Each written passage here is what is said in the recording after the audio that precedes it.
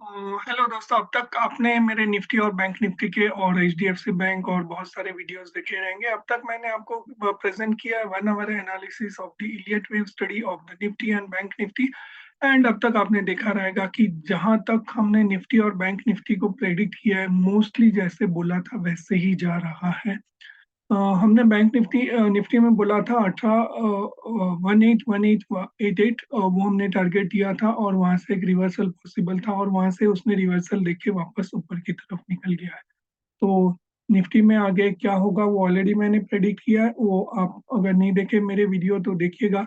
आज मैं आपको बताने जा रहा हूँ औरो फार्मा का वन 1 डे का चार्ट। अब तक जो मेरा एनालिसिस आपने देखा रहेगा वो डेली का वीक सॉरी 1 आवर का एनालिसिस रहेगा। अब मैं आज आपको जो बताने जा रहा हूँ वो औरो फार्मा का डेली एनालिसिस आपको मैं बताने जा रहा हूँ। तो मार्केट जब भी बुल फेज में होता है तब most of the time pharma और IT sectors usually opposite direction में जाते हैं। ये मेरा आज तक का ऑब्जर्वेशन है, मगर अब हम देखेंगे औरो फार्मा में वो मोस्टली मार्केट के साथ ही चला है। हम लोग देखेंगे ऑलमोस्ट ये लेवल 448 से मार्केट के साथ ही चल रहा है Auro pharma. Let me take a pen. Let me take a pen here. तो यहाँ पे आप देखेंगे 448 से वो ऑलमोस्ट मार्केट के साथ ही चल रहा है। तो देर इज समथिंग और इज इन सेक्टर और रोटेशन इन दी मार्केट। आप देखे रहेंगे कि अगर मार्केट तो बहुत तेजी के साथ ऊपर जा रहा है और ऑलमोस्ट प्रीवियस हाई के पास ही पहुंच गया है मार्केट, फिर भी आपका पोर्टफोलियो शायद माइनस में रहेगा या फिर मार्केट में आपने लोगों को देखा रहेगा कि बोलते हैं कि ऑलमोस्ट पिछले 1 डेढ़ साल से मार्केट या निफ्टी ने इंडेक्स ने नेगेटिव रिटर्न दिया है। तो क्यों ऐसा? This is happening because of the sectoral rotation. और मैं वहीं आज आपको बताने जा रहा हूँ। तो अरविंदो फार्मा का 1 डे का स्टडी है ये। Let's discuss this. I am doctor Vinod Popatlal Chauhan, founder member of the wave smart, और हमारा लोगो है trade smartly and invest wisely. So we are working in the retailers interest. तो let's start with our study. तो यहाँ पे आप देखेंगे, मैं हमेशा बोलता हूँ कि जब भी कोई ट्रेड में, जब भी कोई स्टॉक में एक डाउनफॉल आता है तो डाउनफॉल में वो मोमेंटम वहां पे खत्म होता है। और वो मोमेंटम खत्म कैसे होता है वो हमें कैसे देखना है? तो in terms of the divergence in the MACD momentum indicator. So यहाँ पे मैंने मोमेंटम इंडिकेटर कौन सा यूज किया है? यहाँ पे मैंने मोमेंटम इंडिकेटर आप देखेंगे एमएसीडी यूज किया है। तो एमएसीडी में आप देखेंगे यहाँ की कि प्राइस इज फॉलिंग डाउन। यहाँ पे price is falling down, price is making lower loss. तो ये हुआ लोअर हाइस और ये हुआ लोअर लोस। तो यहाँ से प्राइस ने नीचे से गिरना चालू किया, मगर आप देखेंगे एमएसडी उल्टा जा रही है या मोमेंटम इंडिकेटर उसके अपोजिट जा रहा है। तो दिस इज वेयर वी सी कि मोमेंटम इंडिकेटर जब प्राइस के साथ नहीं चलेगा तब वहां पे प्राइस में कुछ तो अपोजिट रिवर्सल आने वाला है, ऐसे हम लोग प्रेडिक्ट करते हैं।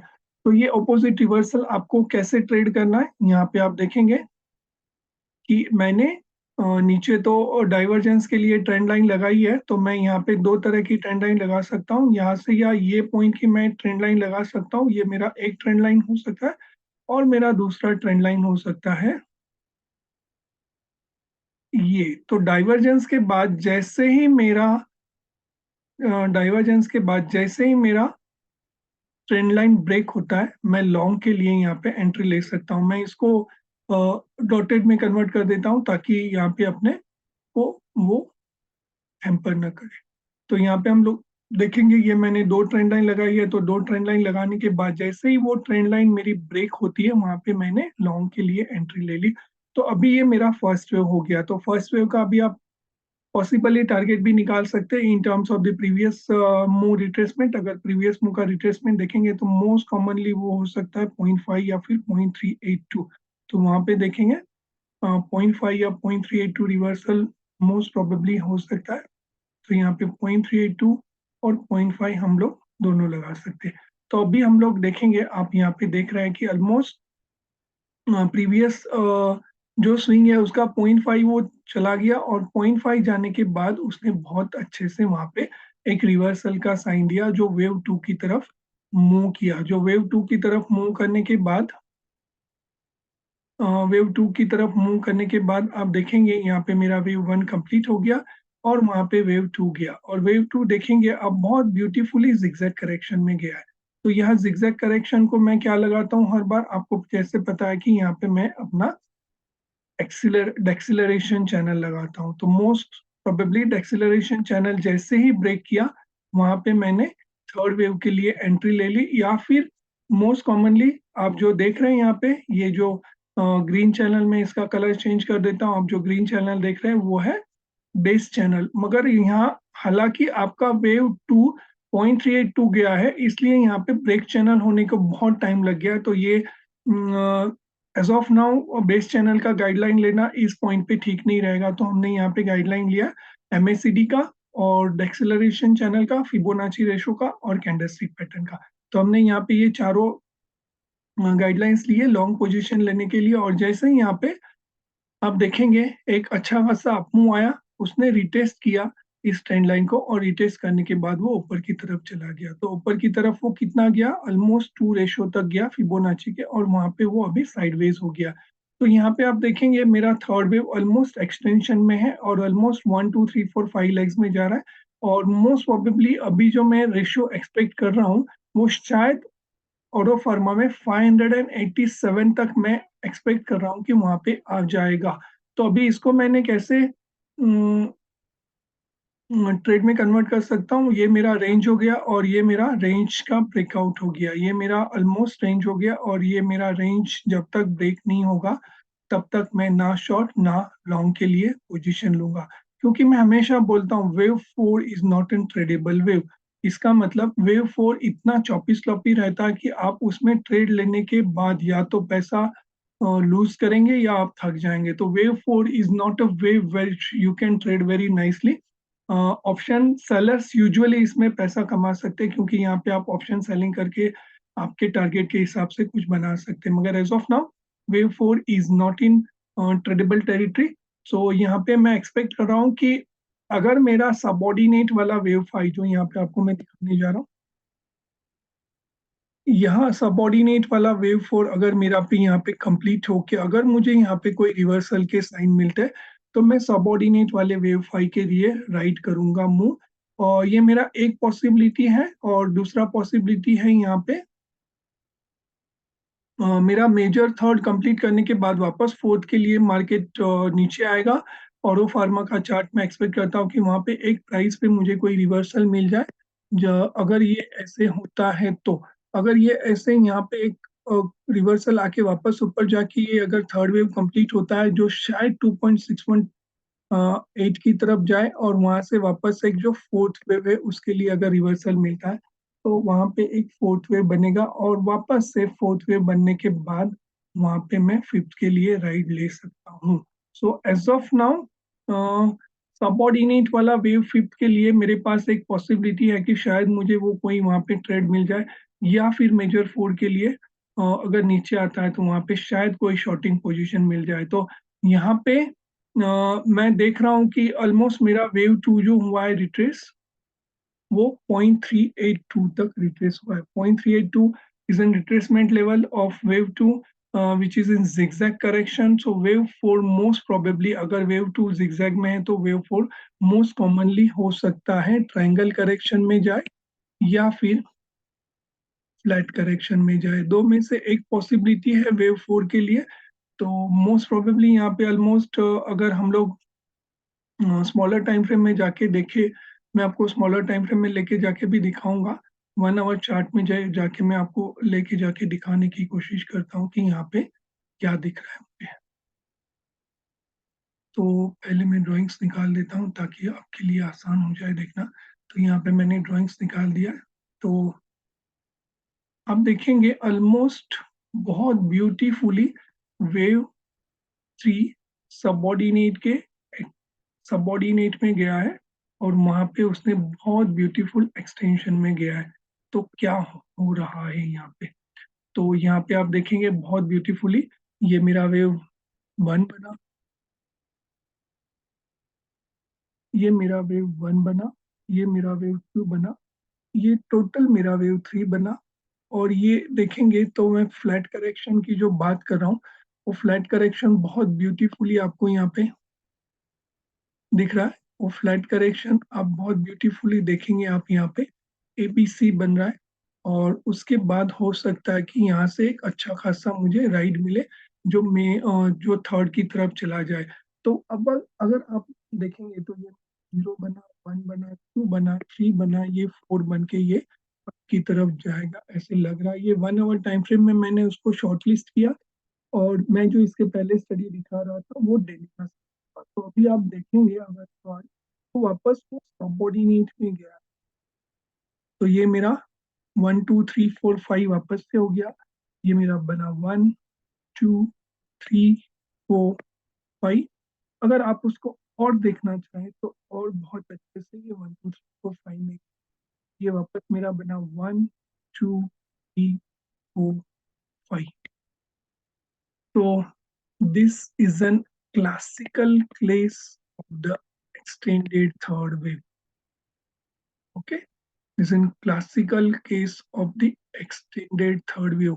बहुत ब्यूटीफुल एग्जाम्पल है ये एक्सटेंडेड थर्ड वेव का, जहाँ पे मेजर टाइम फ्रेम में आप देखेंगे तो वो हायर हाइज बना रहा है और लोअर टाइम फ्रेम में देखेंगे तो बहुत अच्छे से वो 1 2 1 2 1 2 के स्ट्रक्चर में जा रहा है। 1 2 1 2 1 2 के स्ट्रक्चर में वो ऊपर जा रहा है।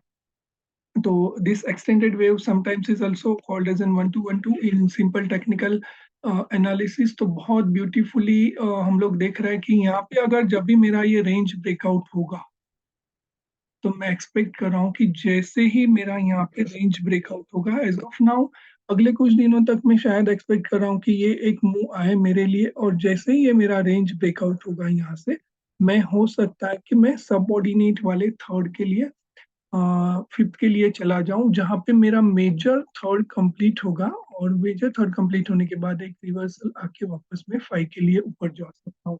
तो ये मैंने आपको स्मॉलर टाइम फ्रेम में 1 आवर के टाइम फ्रेम में जाके उसको ब्रेक डाउन करके दिखाने की कोशिश की है। तो वापस से मैं डेली चार्ट में जाके दिखाता हूँ आपको। तो अगेन यहाँ पे बहुत ब्यूटीफुली आप देखेंगे कि जो मैंने आपको 1 आवर टाइम फ्रेम में जाके लेके जाके दिखा वो बहुत ब्यूटीफुली यहाँ पे कन्वर्ट हो रहा है। तो व्हाट आर द टारगेट्स अगर आप देखेंगे यहाँ पे मैंने ऑलरेडी फिबोनाची रेशियोज लगा के रखे हैं जहाँ पे मैंने प्रोजेक्शन लगाया है और प्रोजेक्शन में आप देखेंगे अगर यहाँ पे तो ये मेरा 0 से 3 projected for the target of 5। अगर ये रेंज ब्रेक होता है तो मोस्ट प्रोबेबली मेरा ये टारगेट बनेगा जो 663 तक लेके जाएगा प्राइस को और वहां से फोर्थ थर्ड वेव पूरा कंप्लीट करके शायद मैं फोर्थ के लिए वापस नीचे आ जाऊंगा और वापस से फोर्थ के लिए नीचे आके वहां पे अगर कोई रिवर्सल का साइन मिलता है तो मैं प्रोबेबली वेव 5 के लिए ऊपर जा सकता हूँ। तो ये मेरा था अब तक का औरो फार्मा का बहुत ब्यूटीफुल स्टडी। हम लोग इस पे वॉच रखेंगे और चाहे तो आप इसको अलार्म लगा दो। अगर मेरा wave four major wave four जब कंप्लीट होगा तो मुझे फिफ्थ के लिए बहुत अच्छा मूव मिलने की एक पॉसिबिलिटी लग रही है वहां पे जो मेरा ऑलमोस्ट बहुत फेवरेबल रिस्क रिवॉर्ड में मुझे प्रॉफिट देके जाएगा। एज ऑफ नाउ मैं हमेशा बोलता हूँ fourth wave is not an tradable wave. जब तक ये रेंज ब्रेकआउट नहीं होता तब तक मैं इसमें मेरा कोई एंट्री नहीं बन रहा है मगर जब भी हो सकता है मेजर फोर्थ मेरा जब बनेगा तब इसमें बहुत अच्छा मुझे फिफ्थ के लिए एंट्री मिल सकता है। तो आगे हम लोग इसको कैसे अनफोल्ड होता है वो देखेंगे। एक और कहना रह गया मेरे से, wave two and wave four हमेशा अल्टरनेट्स में चलते हैं that is called as an rule of alteration. And rule of alteration में आप देखेंगे कि अगर वेव टू यहाँ पे मेरा जिगजैग में कन्वर्ट हुआ है हालांकि जिगजैग प्राइस को बहुत नीचे के लिए तोड़ देता है मतलब प्राइस में अच्छा खासा डीप करेक्शन आता है मगर यहाँ पे 0.382 का ही हम लोग रिट्रेसमेंट लेवल देख रहे हैं। तो zigzag is most of the time is called as an price wise correction and where is a triangle and flat is called as an time wise correction. So zigzag is in price-wise correction and exactly opposite triangle in a flat is in time-wise correction. So even though zigzag here looks uh, time wise का price wise correction, यहाँ पे वो बहुत deep retracement नहीं लिया है। तो most probably मैं सोचता हूँ कि अगर 0.382 टू वेव गया है तो पॉसिबली है कि 236 या फिर 0.382 या फिर थोड़ा सबऑर्डिनेट प्राइस पैटर्न टाइम या फिर सबऑर्डिनेट के अल्ट्रेशन में ये जा सकता है। तो कैसे और कैसे प्राइस आगे मूव होगी हम लोग इसको ट्रैक करेंगे। तब तक बने रहिए मेरे साथ। आप लोग मेरे वीडियो देखते तो हो, आपको अच्छे भी लगते हैं, आप अप्रिशिएट भी करते हो, आप कमेंट भी करते हो, तो आप शेयर करिए, सब्सक्राइब कीजिए ताकि मेरा व्यूअरशिप बढ़े और मैं आपको ऐसे बहुत सारे वीडियो देने के लिए प्रोत्साहित हो जाऊं। तो do share, subscribe, like and comment. आपके दोस्तों के साथ शेयर करिएगा ताकि उनको भी कोई अच्छा स्टडी देखने को मिले। तो ये था मेरा इलियट वेव का 1 डे का एनालिसिस, जो सबऑर्डिनेट वेव के 4 में जा रहा है। तो हम लोग इसको आगे ट्रैक करेंगे। तब तक के लिए I am signing off from this presentation of my Aurobindo Pharma daily study. Bye and have a wonderful, profitable week ahead. Bye, friends.